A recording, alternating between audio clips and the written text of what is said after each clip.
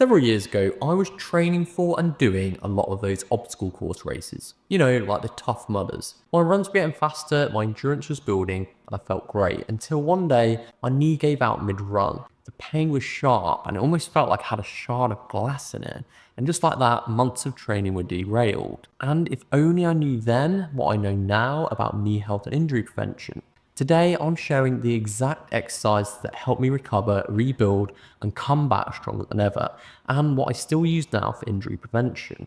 So, knee injuries aren't just painful, they're frustrating. They can sideline you from activities you love, sometimes for months or even years. But here's the good news, most knee injuries can be prevented with the right conditioning.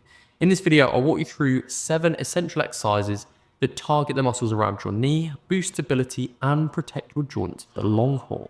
Following the exercises, we are also going through a really important point about knee injuries that you just can't ignore. Ready? Well, let's get started. So exercise 1, first up is the Bulgarian split squat. This exercise is a game changer, and if you know this channel, you know we recommend it all the time. Not only does it build strength in your quads and glutes, the powerhouse muscles that stabilize your knees, it also works on the overall leg balance and stability, vital aspects for injury prevention. Here's how to do it. Stand a couple of feet in front of a raised surface, rest the top of one foot on the surface behind you, keep your chest upright and slowly lower your body until your front thigh is parallel to the ground. Push back up through your front heel, trying to get all the work done by the front leg, so not pushing through the back one. Start with just your body weight once you're comfortable, and dumbbells for an extra challenge. These are the ones I wish I'd included in my training earlier because they're one of the best exercises to bulletproof your knees and become really stable on your feet. Exercise 2 is Nordic curls. These are advanced and not something you'd start with in rehab, but definitely something to get to when you can, and great for injury prevention. You may think it's all about the quad for the knees, but the hamstring crosses and has a big impact. And this exercise is incredibly effective for strengthening your hamstrings at that distal end of the knee. Here's how to do them. First, anchor your feet under a stable surface or have a partner hold them, and then slowly lower your body forward using your hamstring to control the movement. Pull yourself back up to the starting position, take it slow and focus on form. Even partial rep can make a big difference. Don't be expecting full rage. Either don't go as far or push yourself back up. We have a full video about how to do Nordics in any gym without a partner and how to progress them, which I'll link at the end. Exercise 3. Now let's talk about crab walks. These target the glute med, a small but mighty muscle that plays a critical role in knee stability. Weak glutes often lead to poor knee control, which can set the stage for injuries. This is another we are also going on about and recommending all the time because it's such a good exercise. To perform them, place a resistance band around your feet for best results, and lower into a half squat position. Take small control steps to the side, keeping tension on the band. You want to feel that burn on the sides of your hips. That's the glute med firing up to stabilize your knees. And don't forget my first attempt at these. It never feels too bad at the start, but on the way back, that burn builds quickly and I can barely get through one set.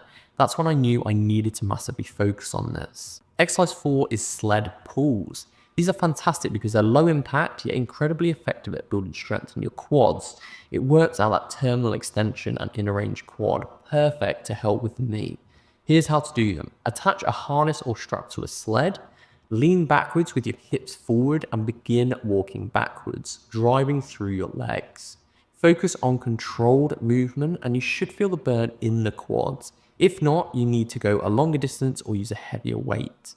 This exercise really helped me rebuild confidence in my knees post-injury because it's safe and it's functional. Exercise 5 is step downs, and these are one of my go-to moves for improving knee control and another we recommend all the time. They are simple but effective for strengthening the muscles around the knee and hip, with that added benefit of working the balance and stability like the Bulgarians. Here's how to do it. Stand side on to a step with one foot. Slowly lower your other foot towards the ground and touch the heel to the floor. Return to the starting position with no push off from the floor.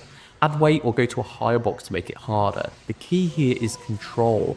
Don't let the knee be moving all over the place, and work to move the hip backwards so the knee is almost staying still rather than letting the knee just move forward and backwards during the movement. Exercise 6 is for targeted strengthening, and we have the leg extension.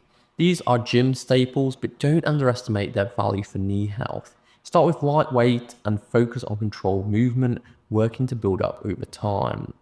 Exercise 7 is calf raises. Now, this might seem like an odd choice, but the gastroc part of the calf actually does cross the knee joint, and most things you'll be doing with the knee will involve something with the foot. Building strong calves is crucial for shock absorption and stability in that lower leg. So, stand on a step, lift onto your toes and lower back down. Work to get some stretch and then fire back up. Add weight to make it more challenging. Looking back, my knee injury was a wake-up call. It taught me the importance of taking care of my body, not just pushing it to its limits. By incorporating these exercises into my routine, I not only recovered, but also came back stronger than ever. And the really important point you mentioned at the start, which you can't ignore, is that yes, these exercises you want to be incorporating for the long-term health of the knee.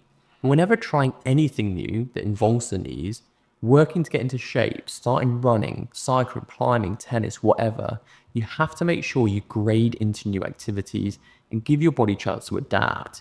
The same with these exercises in the video. You need to be gradually increasing the duration, intensity, or frequency slowly of any new activities if wanting to minimize injuries, not just going all out, because a lot of injuries and niggles are due to overuse, especially with tendons. They're commonly annoyed by doing too much too soon before the body has had a chance to adapt. So be sure to keep this in mind. If you found this video helpful, give it a thumbs up and share it with someone who could benefit from stronger and healthier knees. If you want that Nordic curl video that I was on about to do it solo in the gym, then that's here. And don't forget to subscribe for more tips and let me know in the comments which of these exercises are you excited to try. Let's keep those knees strong and injury free, and I'll see you next time.